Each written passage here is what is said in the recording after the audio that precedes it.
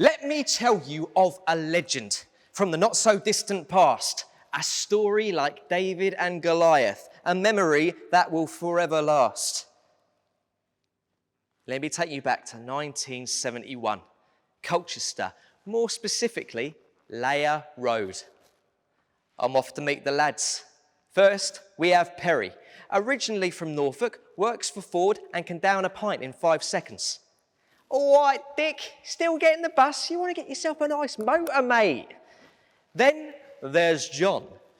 We call him Proper John because he speaks proper and we've never seen him without a cigar in his hand. I'm telling you, cigarettes are on the way out. A cigar and a pint always hits the spot. And then there's Tom, runs the old ragtag team with me down in London. All right, me old boy, says Tom. I'm 30. You got wobbly knees over the thought of today's game. And then there's me, Dick. My wife says I got an answer for everything and a quick wit. And together, we have never missed a Col United game. These lads are my home away from home. We meet at the Drury Arms, run by Charles and Joan Amy. Cracking hospitality, and Joan's smile can light up any room. We like to have a few drinks before the game, speak to a few of the regulars before toddling down to the stadium about 5-2. But today was different. Today was the FA Cup 5th round. Colchester versus Leeds. Yes, Leeds United. With international players like Peter Lorimer of Scotland and Johnny Giles from Ireland, as well as sporting half the England football team. Stars they were, and they were here, a stone's throw away from this very pub, preparing for a game that would take football by surprise. I reckon about 5-2, said John, who thinks himself some sort of psychic after sucking on his cigar like some sort of 50s movie star. Oh, we should be so lucky, says Tom, ever the cynic. Oh, come on, have a bit of faith, lads, says Perry. He's already had way too many. I'm betting 3-2. I don't see why we can't score at least a couple. Listen. First round, Rigma, we beat 3-0. Second, Cambridge, 3-0. Third, 3-0, Barnet. Good point. What do you reckon, Dick? Tom asks me. I was just excited to meet the Leeds players, and I wasn't the only one. The pub was absolutely rammed. The atmosphere was electric. I've never seen anything like it for a Colchester game. I was worried that we weren't even going to make it into the stadium. There were so many of us. What's your score, Dick? Oh, I don't want to say. I'll jinx it. Perry pipes up. Why don't you just say that we're going to lose and then sit back, relax and watch Crawford score an hat-trick? Perry is going to be asleep in the stalls at this rate, all the drink he's been having. I wanted Colchester to win. We all did. But did we believe it? I mean, Perry was right. We've been doing all right in the FA Cup so far, and Crawford is on fire. But this is Leeds. They're a different level. We couldn't wait to find out what would happen next. We make our way down to the stadium, and we wait in the longest queue I have ever seen. We finally get our tickets and make our way through the stiles. It is packed. I mean, this stadium can hold 6,000 people, but there's at least 10,000 here. And I can see local kids climbing up trees over the stadium trying to get a better view. Then the players walk out onto the pitch, and there is a gigantic roar come from the crowd as these international giants take in the sardine-packed stadium around them.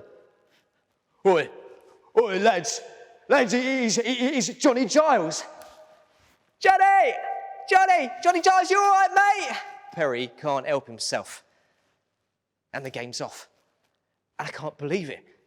But Colchester are putting up a fight. Leeds are down a couple of their best players, but Clark is trying to get into a good position to score. But we are shutting them down. We are fighting. And before we know it, we're through.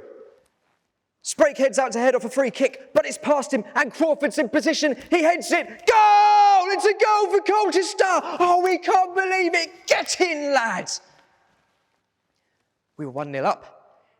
This early on, we couldn't believe it. Leeds are trying to not look too concerned. If there were any Leeds supporters there, they were being drowned out by the cries of the home team. And then, 10 minutes later, oh, you couldn't make it up. Goal! Another goal for Colchester! Second goal, can you believe it? We've done it. 2-0, 2-0. I told you, says Perry. We get to half-time, and Tom comes back over to us. I've just been on the phone to my brother. He cannot believe that we are 2-0 up. And neither could we. Yes, but 2-0 is a very fragile lead. We shouldn't get ahead of ourselves, but Perry's having none of it. 7 points in, he gets up on a table, starts singing with some other geezers. We love you, Collier! We love you, Collier! We love you, Collier! Oh, Collier, we love you! And of course, we all join in. Second half, 55 minutes in, and bam! Colchester scores! Another score for Colchester! Crawford, oh my God, he's killing them! Some time goes, and Leeds manage to score. Norman Hunter gets it in from a corner. The crowd is so tense. We were so close to victory. Only 17 minutes left, and all we had to do was keep on the defensive and not let Leeds take any more opportunities. 5 minutes to go. And this crowd is so tense. And Perry gets up and begins to sing again. We love you, Collier, we do. 4 minutes. 3, 2. Go on, Crawford, cries out Tom like a proud dad. And the ref blows his whistle. The ref blows his whistle, and we've done. Colchester United, lowly Colchester United, have beaten the mighty Leeds. Everyone celebrated for days after, all over Colchester, and generations to come will wish they'd been there on this day. And that is the story about how lowly Colchester beat the mighty Leeds in the FA Cup. Many years have passed since then, and Perry and Tom aren't around anymore. But me and John still support the U's whenever we can. Oh, speaking of John, I've actually going for a drink with him now, and the missus says I've got to be back in by 6. So, thank you. Thank you. We love you, Cole. You, we do.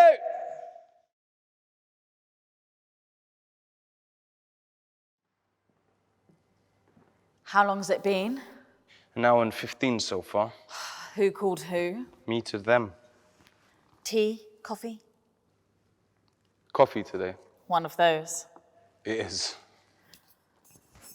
What is that smell? God, it reeks. Wayne's fermenting turnips again.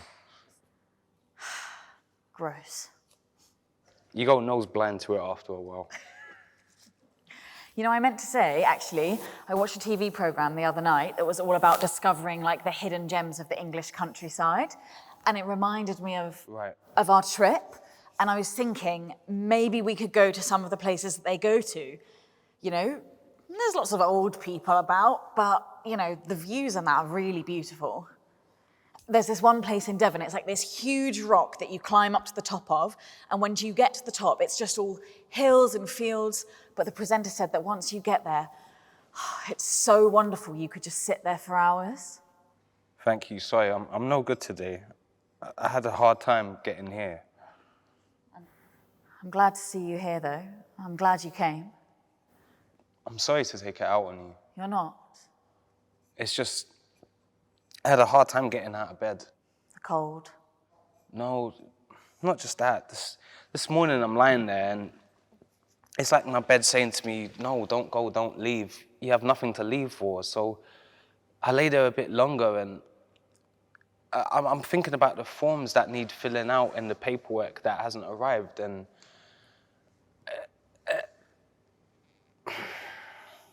it's just like my brain, it keeps going, it doesn't stop. It's like it's running a race with no finish line. And I know there's things I could be getting on with, but my body just won't move. Did you call Ade? No, I didn't want to bother him. He's your boyfriend. I'm sure he wouldn't mind. What did get you out of bed? I don't know. I was lying there a bit longer and I started to feel sick, so I had a shower, deodorant, clothes, and before I know it, I was halfway to come in here.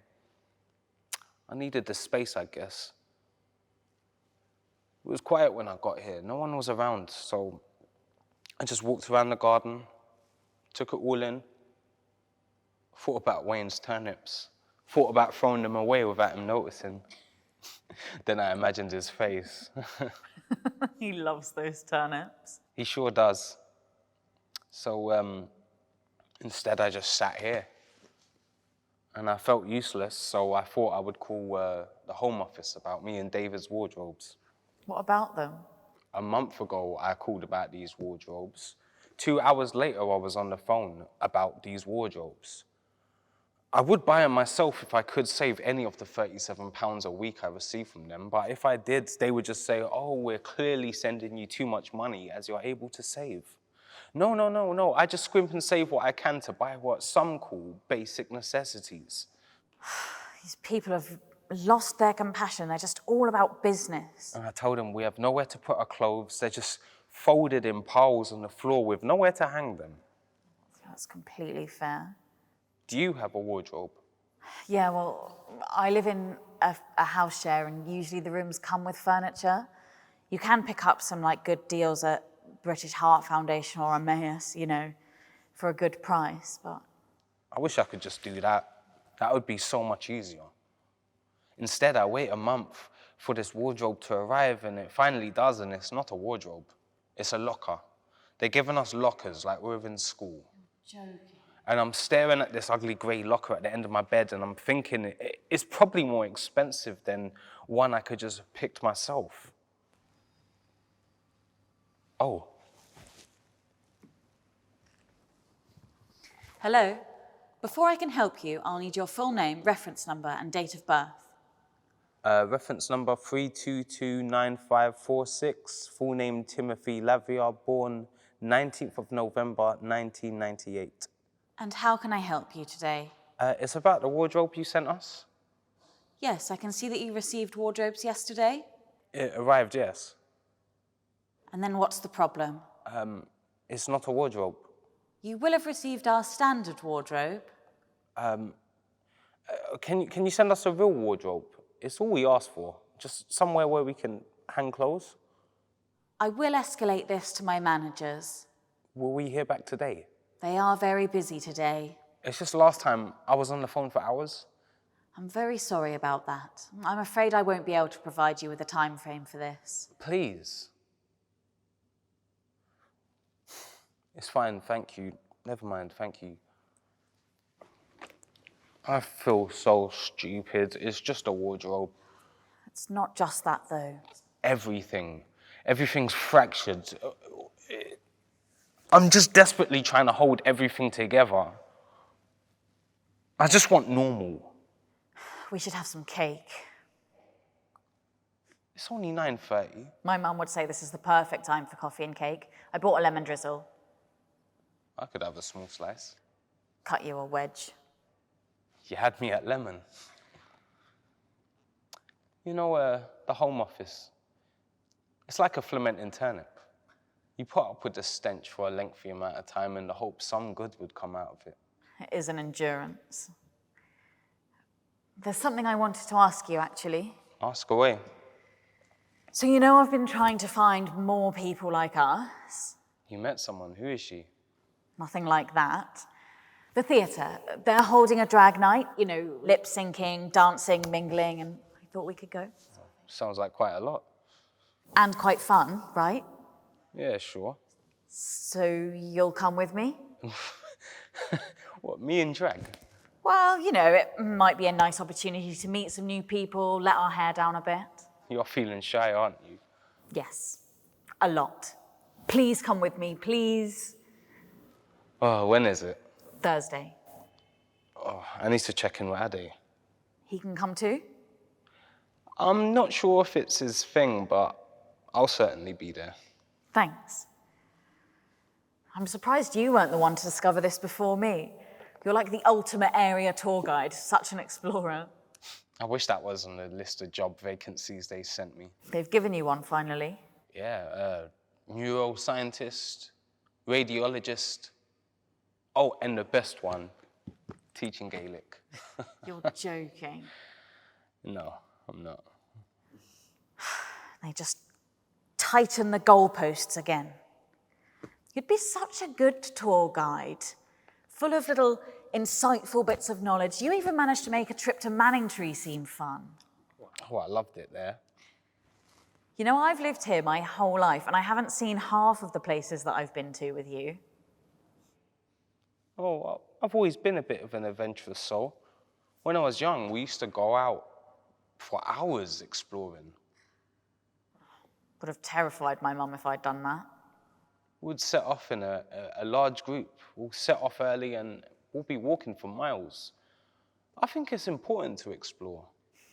Yeah, I'm always terrified I'm going to get lost though. I'm not very good with new things. I don't think you give yourself enough credit. There is one more thing. What is it? The drag night. Yeah. We sort of have to do an act. An act. You know, like a little dance or a performance. Perform. Only 2 minutes just to introduce ourselves to the group. There's no way. But you said... No, I was planning on watching you make a fool of yourself, not me included. I was sort of thinking maybe we could do a bit from I Want to Break Free by Queen, you know? I want to break free. I want to break free. And then you come in, guitar solo.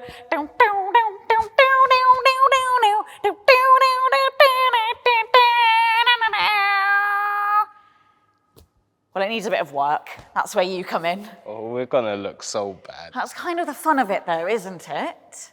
Come on, it'll be fun. What's this about? Drag. Told you. No, you. There's something you're not telling me. I may have overheard you. I wasn't eavesdropping or anything. I was just mingling, and I heard you talking about wanting to go back. I didn't think no one was around. I was just putting some things away in the shed. I'm sorry. No, it's okay. I was gonna tell you. Please don't go. I haven't decided yet. It could be really dangerous for you to go back. I know, but the Home Office, they make it so easy to return and so hard to stay. They would even pay me if I return. I know what comes with going home. I know it's not safe for someone like me. And I know the sacrifices I'll have to make, but I can't describe to you how hard it is to keep going on here. And not just the physical or not having a basic home or basic necessities, but mentally I'm having to fight every day to remind myself I'm worth living. And everything just wants me to fail and not live a normal life like I see so many other people living. What I'll give to have half of what it's like to live normally with a house, a job, a partner. You know, I want to save up enough money so I could take my boyfriend out for a meal. He doesn't have to cook himself. I want to come home and talk about my day at work and watch TV with my friends. And I see so many people with all these things, and I say to myself, you're not doing enough. You're not working hard enough. You're not fighting hard enough. And I'm starting to believe it. So I'm sorry, Kate. I'm sorry for giving up. I'm sorry for leaving you, but I can't keep doing this. It's just too hard.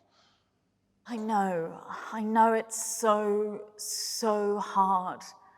But please never think that you're not doing enough. I see you every day showing up for yourself and for everybody around you. I've been with you going to the bank and filling out all of these forms that just lead to nowhere, and I'm so embarrassed that the country I was born in would treat you like this, and they just keep making it harder for people like you. But please don't think that it's not worth it. That's why I'm here. That's why we do this. Please don't go. It's easier said than done. I know. Just give me a month to prove to you that it's worth staying. He's playing Freddie Mercury. Me, obviously. You're Brian May. We could get you a wig. A month? A month it is. Let's get out of here. These turnips stink.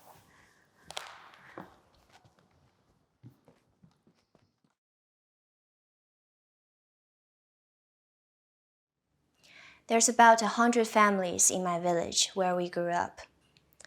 There were a lot of mountains there, 2 mountains that I had to cross in order to go to my school. There was also a wild fish lake, which was very deep and dangerous. Several children drowned there. When I grew up, we didn't have much, but that was okay. We didn't need much. And then later I went to the city. I worked in different jobs, working in sales, trying to make power switches. Later I went to the university because I decided that education was important to me. And afterwards, I started working for an import and export company. I'm good at my job. I set up my own business. I learned from all my experiences, and I was confident that I could make it work. That's where I met my future husband. He was a client of mine, and he brought a product from me. He was different from my other clients. He was loyal. And then I met him in person for the first time when I came over to do a degree in London. I was still running my business back then, still supplying parts to clients, but I managed to do both my degree and my business, by passing everything to the shipping agents. Then my future husband, he was setting up a new business, so he asked me to look over the supply chain, so I did. This is now the longest place I've ever lived. 12 to 13 years outside of Colchester, in a village. And I feel safe here. I have friends here. Most of my time is dedicated to our son now. But because of my friends, I have social life. They know my stories, and I know theirs. I was from one of the poorest parts of China, and I've never forgotten that, where I'm from. But I do feel like a little bit of an immigrant when I go back now. It's not my home anymore. I grew up in rural China as well, in the mountains, but I grew up in the south. The climate is quite tropical there. It's a town not unlike Colchester. My parents were teachers, so we lived on campus. I was very happy. And then later, when I was 16, we moved to Beijing. It was really exciting to live in a big city. But then I decided that south was better for me. So I went back south to train to be a teacher myself. Back then, I wanted to move to Canada because I loved the snow. But I didn't like the cold. When I lost my sister from cancer, I wanted to go somewhere different. I didn't think of the UK, but a teacher came to China to recruit students.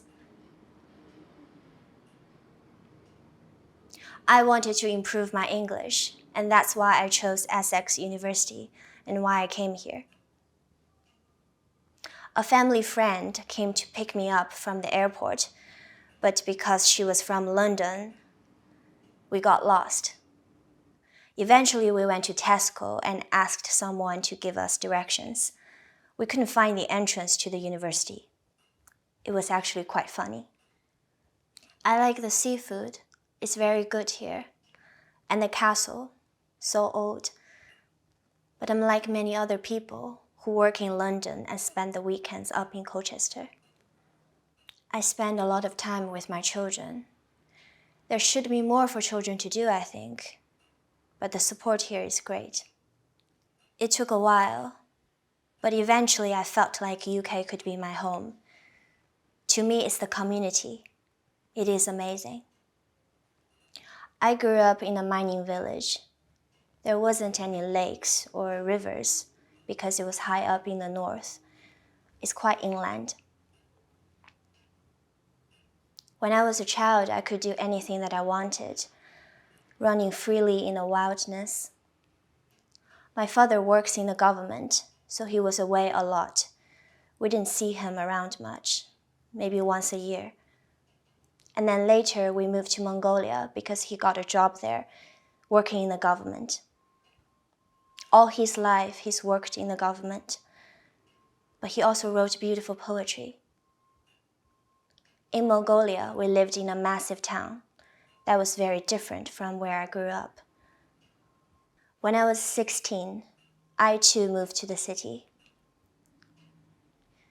But people there weren't very nice to me because they thought I came from Mongolia and that I was poor. I fell in love. That's why I'm here. I met an Englishman at the bar in Beijing. He used to do business in China about once in 4 weeks, so that's how we met. He bought me Coca-Cola, and that's why I'm here. At first I helped him, traveling to China to different parts of manufacturers and suppliers. That was about a year, and then eventually he went to my village to ask for my mother's permission to marry me. And my mother said, "Quick, take her away." So he did, and that's why I'm here. Clean, cold, and wet. That's my first impression. The days seem longer than China, and over here there aren't that many individual shops. Every town has a W.H. Smith. The tea has to be just about right, especially for the bingo hall. I worked there for a while. I worked for many jobs. Interpreters for the police, even working for MI5. Now I'm settled here in Colchester. No worries, just like when I was a child. The traffic here is very bad, and the potholes. But I like it very much here. I feel like I'm part of the town.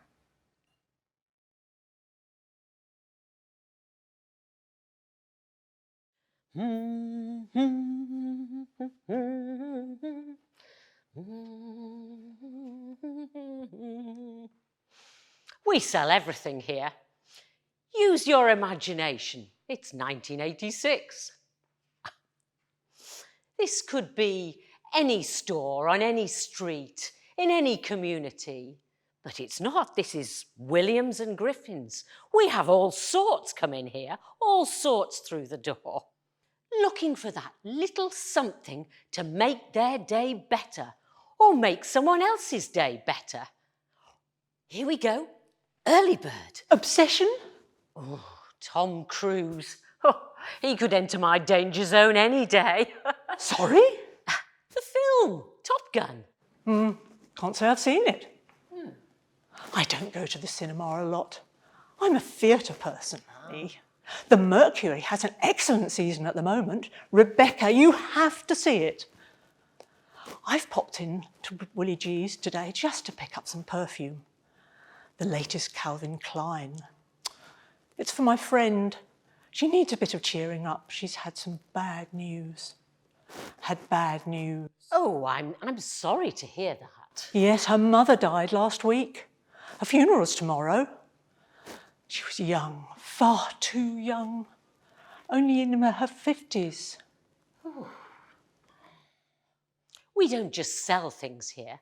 You've got to be a neighbour, a friend, a counsellor, a shoulder to cry on. I don't mind really. It's part and parcel of working in a department store. We're part of the whole community. That's us. So I said to her, she won't be forgotten. There's that bench by the river. It'll be there for always to remember her by. Mind you, it cost her a lot. These things don't come cheap. We could be some time here. Why don't you check out toys? Make sure you say hello to George.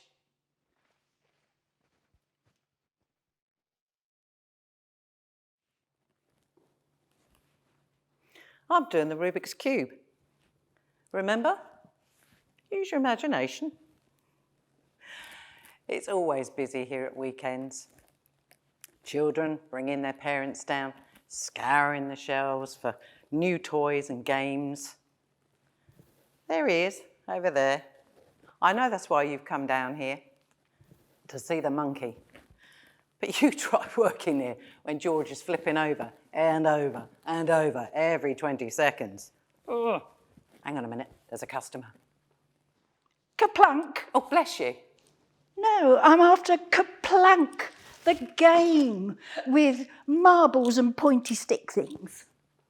Yeah, sorry. He's over there between the Monopoly and the Mousetrap. It's for our Jack. Past his 11 plus. Going to the grammar. We're so proud of him. He's worked so hard. Got no help from the head teacher, who doesn't believe in the grammar school system. Well, I ask you, how can you not believe in the grammar school system? Did wonders for me and my father and his father before him. It's a tradition. I can't say that that's why the grammar school system was actually set up. This shop, it's like the grammar, an institution. Can't imagine it ever changing. No, it'll be here forever. An institution. Look at them. H.L. Griffin, haberdashers, H.E. Williams, ironmongers. Been here 20 years. In another 40 years, there'll be another name over the shop. Nothing lasts forever. Always bright as a button. We knew he was destined for greater things. He likes rockets. Perhaps you'll go to NASA. Wouldn't that be a thing? It certainly would. The toilets are up on the top floor. Best view of Colchester. That's what I've always said.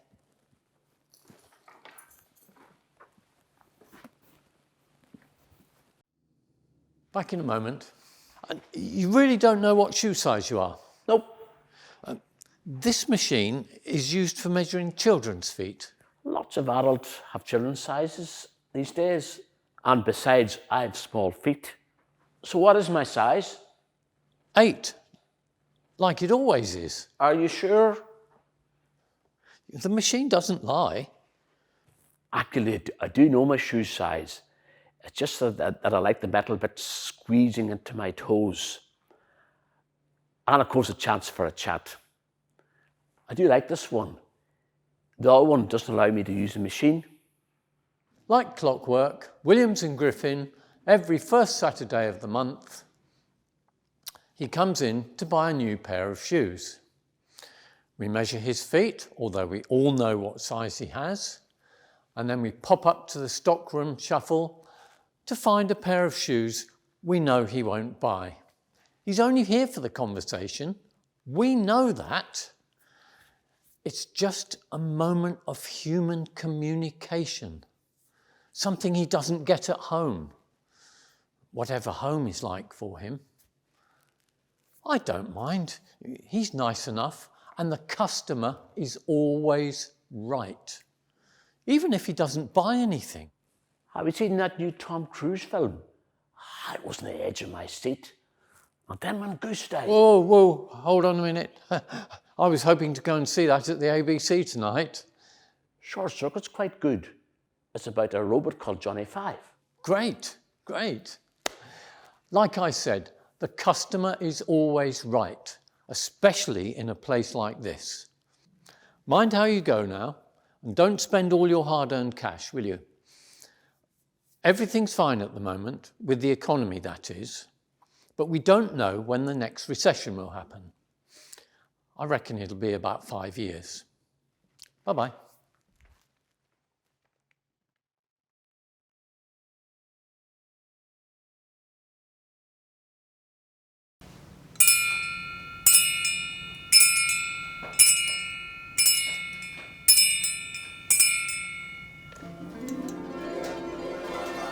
They remember that. They remember that too. They remember. They remember. They remember. They remember that too. Old Heath Line Dancing Group, Platinum Tales, Jubilee, June 2022. Presented by At Sweffen's Edge.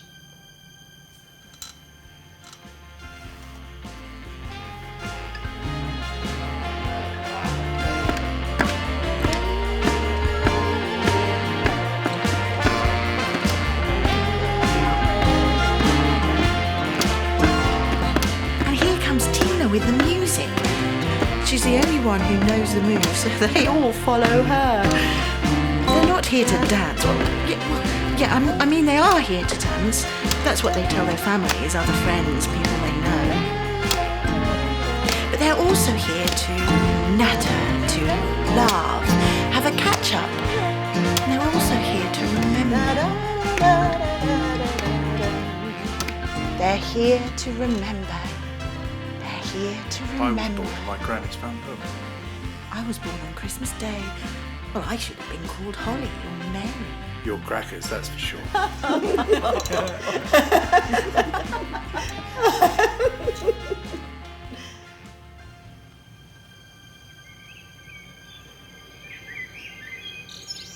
We're in Old Heath, 5 minutes from anywhere. It's the centre of their world. And it has been for more than 70 years. The Co-op, Burgess's, the Sweet Shop, Orin, Manhole Kate.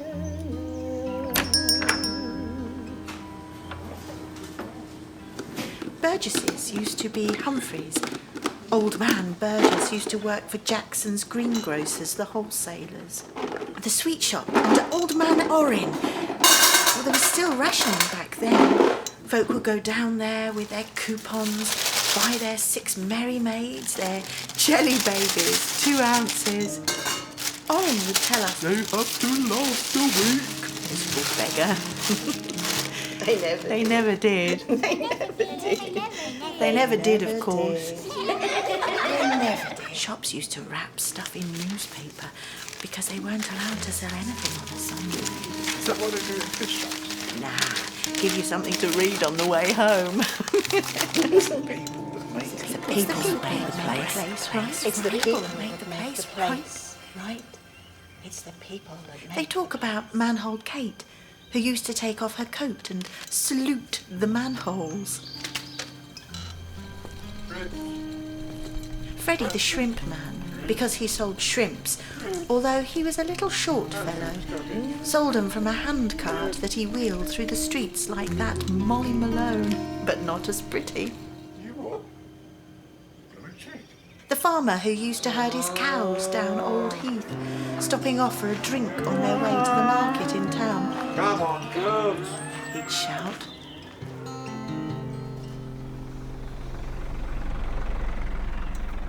Then the bus driver, who used to hoot outside your house so you knew he was there. The little brown bus. Yes, the little brown bus. Oh, they remember that too. I remember. Oh, they remember that. I remember that too. They remember that too. I remember that. We remember that.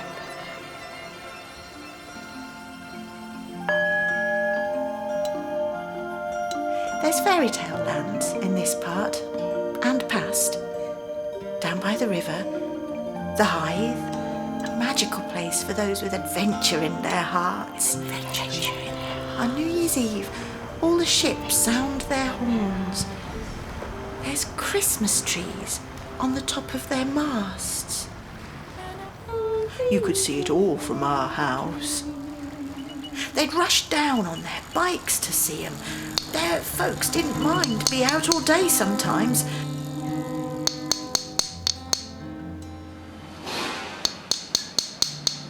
Roller brickworks, Pertwee's, the railway track near the bottom of Hyde Hill, the gasworks, really busy, a hive of activity.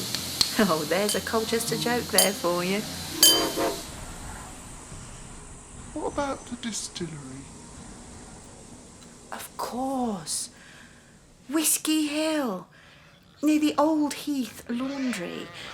There was a house with sheep and pigs in the yard. Oh, they remember that too. Oh, I remember that too. Oh, I remember that. Oh, I remember that. Oh, they remember that too. Then there was the party. I mean, that's why we're all Michael, here, party. right? Queenie's big day. Our big day. A time to celebrate, have a laugh. That's what we've always done. Silver, golden. Back then, there was just as big a party as there is now. Cavendish Avenue, halfway down the green.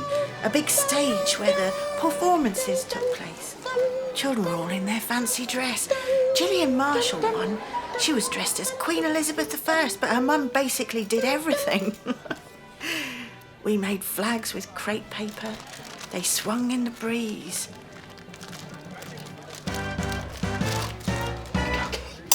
You put your right arm in, your right arm out. In, out, you shake it all about. You do the okey dokey and you turn around. That's what it's all about. Come on, Michael! Oh. At school, they were given either a purple book or a pencil with a crown on the top. Some of them are still in backroom cupboards, at the bottom of drawers. I wonder how many have been brought out of retirement. I wonder how many have been lost. Cake and bottles of ginger beer. I wonder. When I came back from the party, my mum had had another baby, and that was the sixth one. I wasn't happy, I can tell you. One of the neighbours had a telly. I couldn't see what all the fuss was about, but blimey, she was laying it on thick, lording it all over us. That's the only thing I remember. This woman being really snooty and posh about her stupid telly. Telly! Telly! Telly! Telly! They all used to listen to radio back then, washing the eggs and listening to songs of praise and the Archers. You had to charge it with an accumulator that they had in the garage. They remember that too. They remember that too. They remember. They remember that. They remember. Remember that too. I remember that I wonder how many too. have been brought out of retirement. I wonder how many have been I wonder lost. how It many wasn't all have been cake lost. and bottles of ginger beer. I wonder how many have been lost. It's the people that make the place. It's the people that make the right? place, right? It's the people that make the place, right? It's the people that make the place, right? Like that. Michael, come on, stand up. And to the right. Kick left. Kick. And turn around. Clap your hands to the right. Kick left. Kick. And turn around. Clap your hands to the right. Kick. Left turn. Around and clap your hands.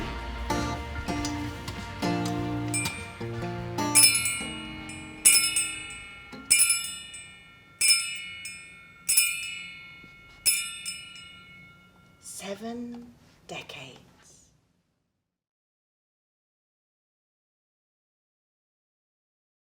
Do you ever sit in the shoe section of a well-known high street shop for the demographic of the over 50s? Not trying on shoes, no. Neither with a loved one who's perhaps in a nearby changing room, but to just sit. Completely unnoticed, not looked upon, and most importantly, not judged. Because it's lunch break at college and you need to feel anonymous. You've tried coffee shops, but you're still treated like an art installation of the average teen girl of Colchester for strangers to gawk at. And you've tried the library, but you're distracted by the sound of your own monotonous breathing.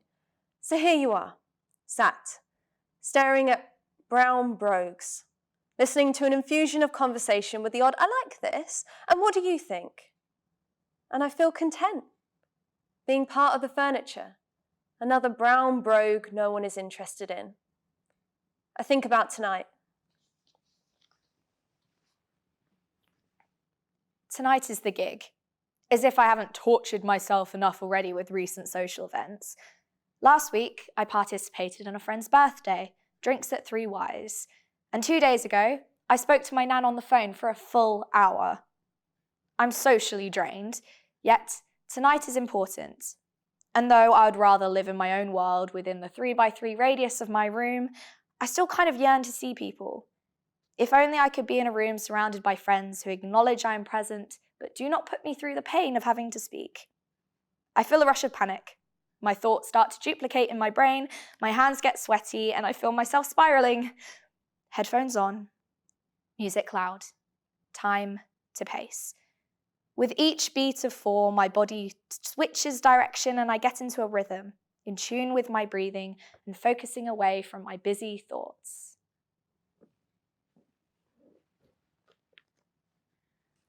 I'm watching the small hand of this seemingly slow clock. It's nearly the end of my shift. It's been a long 12 hours. Mainly long because today I was placed on the older people's ward.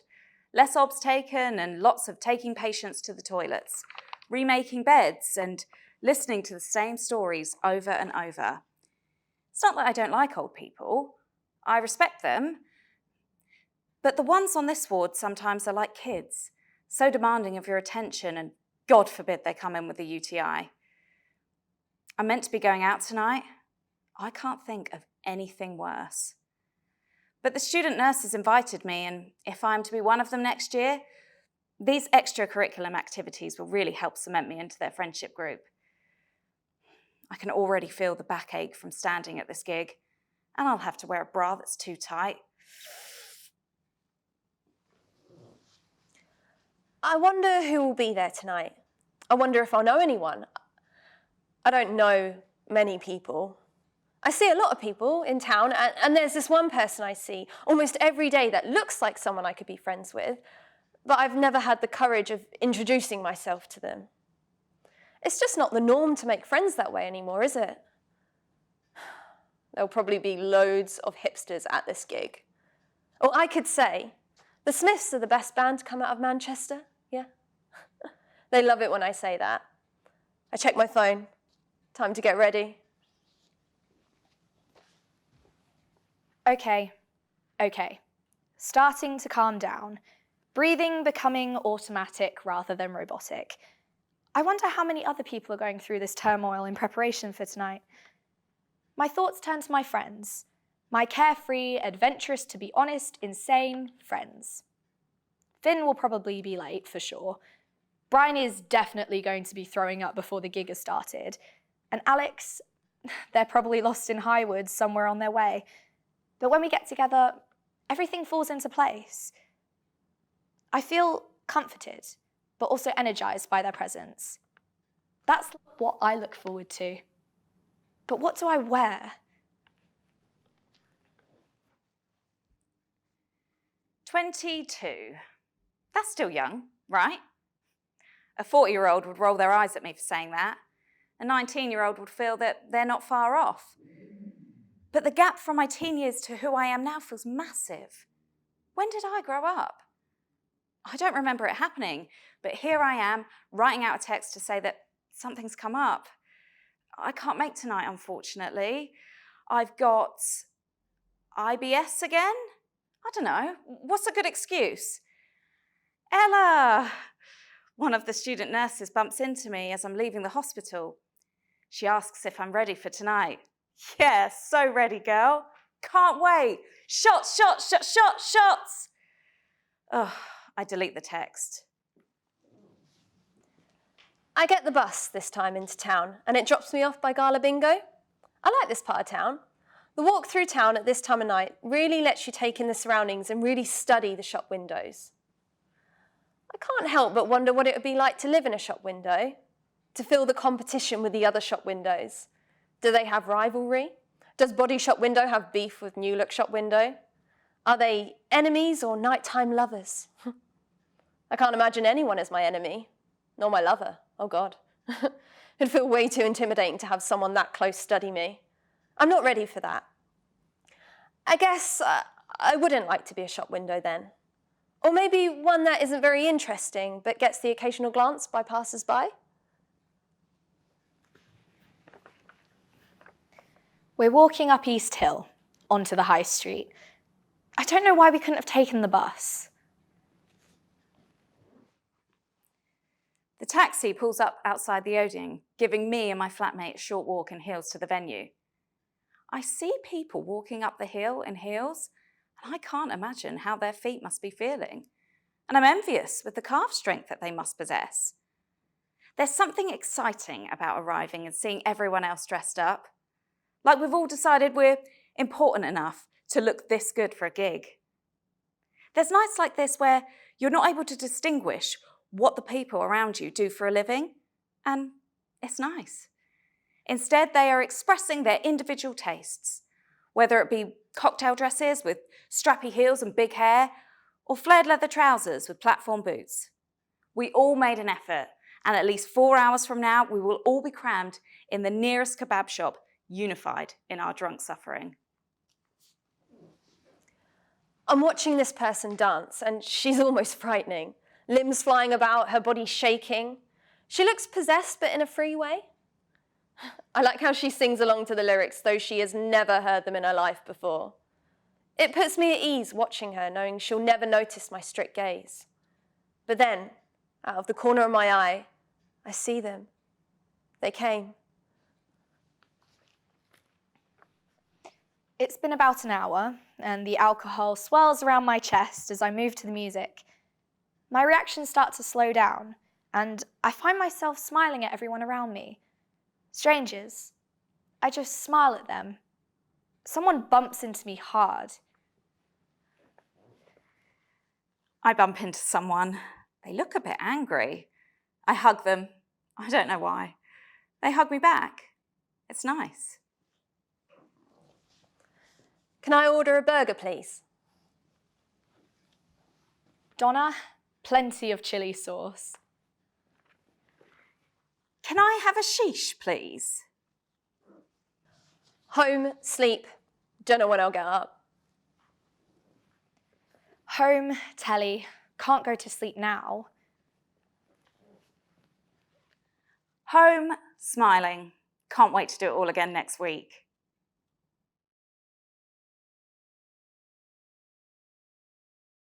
Hi everyone, hi, come in, I'm Anna, hi, nice to see you. I hope you had a good time. Hasn't it been amazing this weekend? I've had a fabulous time.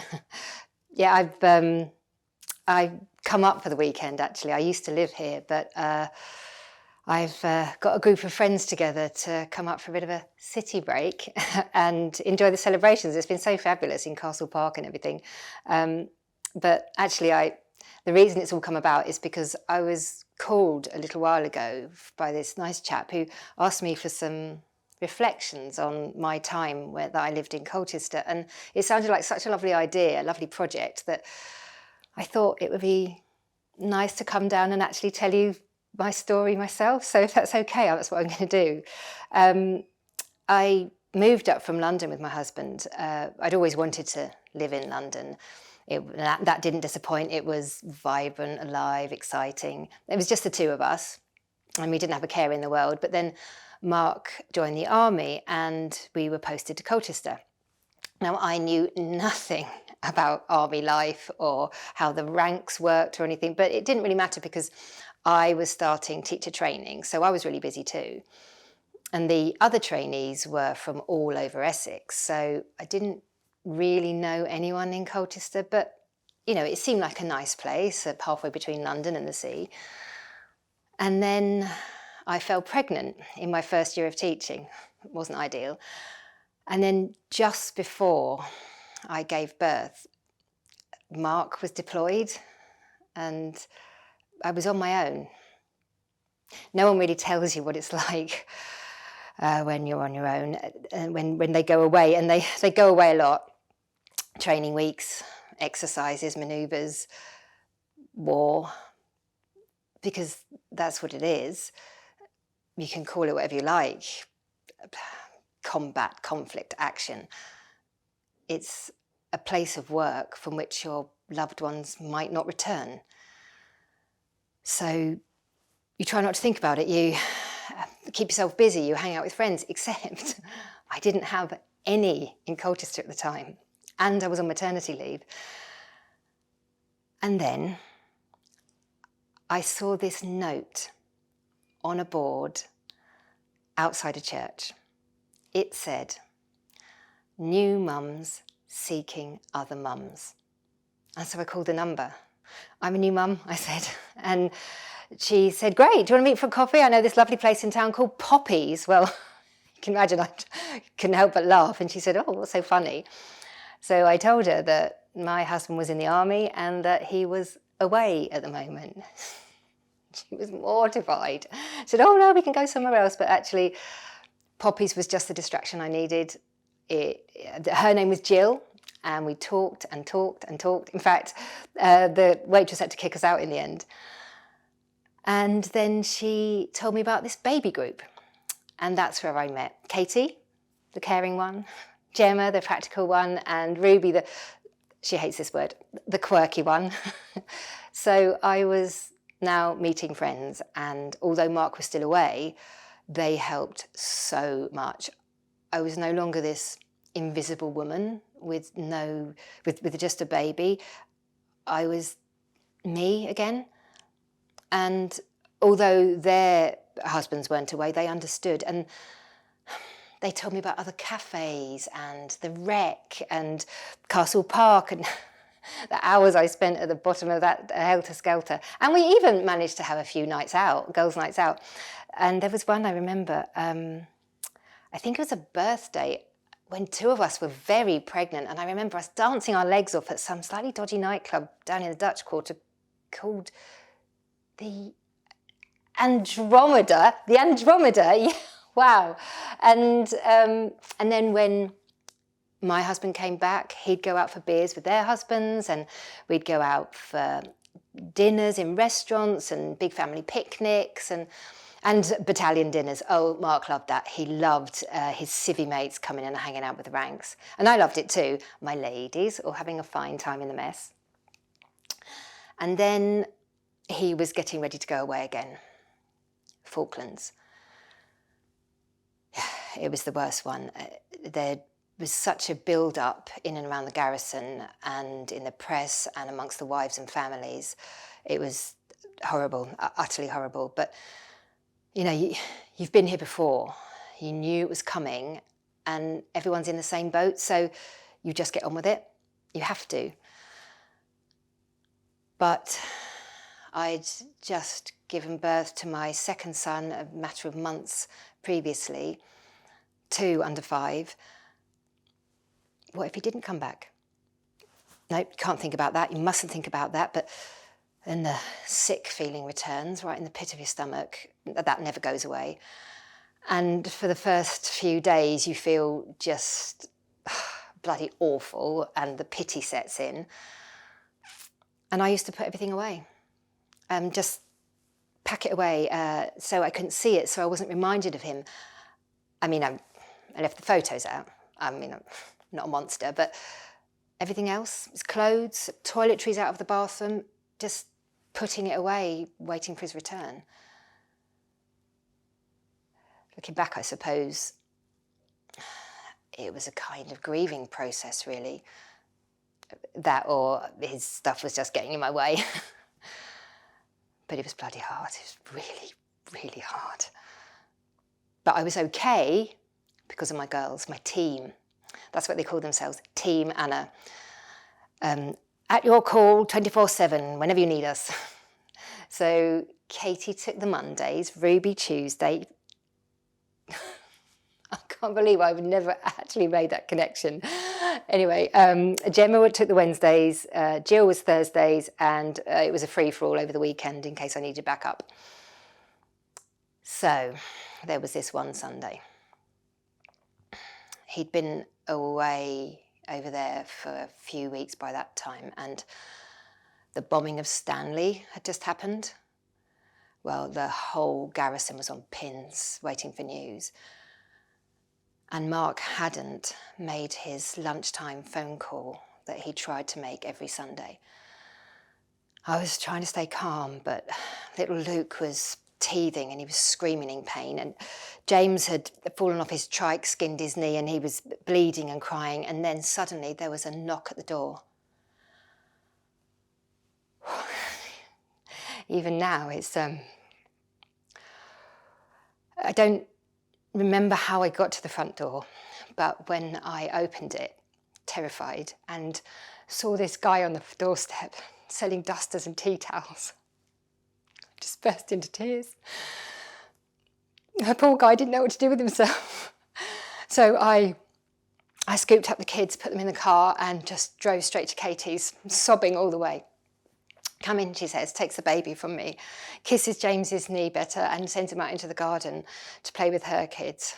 Sit down, she says, puts the kettle on.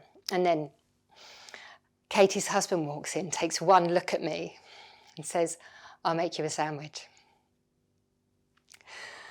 And it was the best bloody ham sandwich I have ever had. So yeah, looking back, even to this day, as hard and as lonely as it was with a toddler and a baby and a husband in a war zone, this was my time in Colchester with my friends. And you know what? We're all going out to the Gurkha for dinner tonight.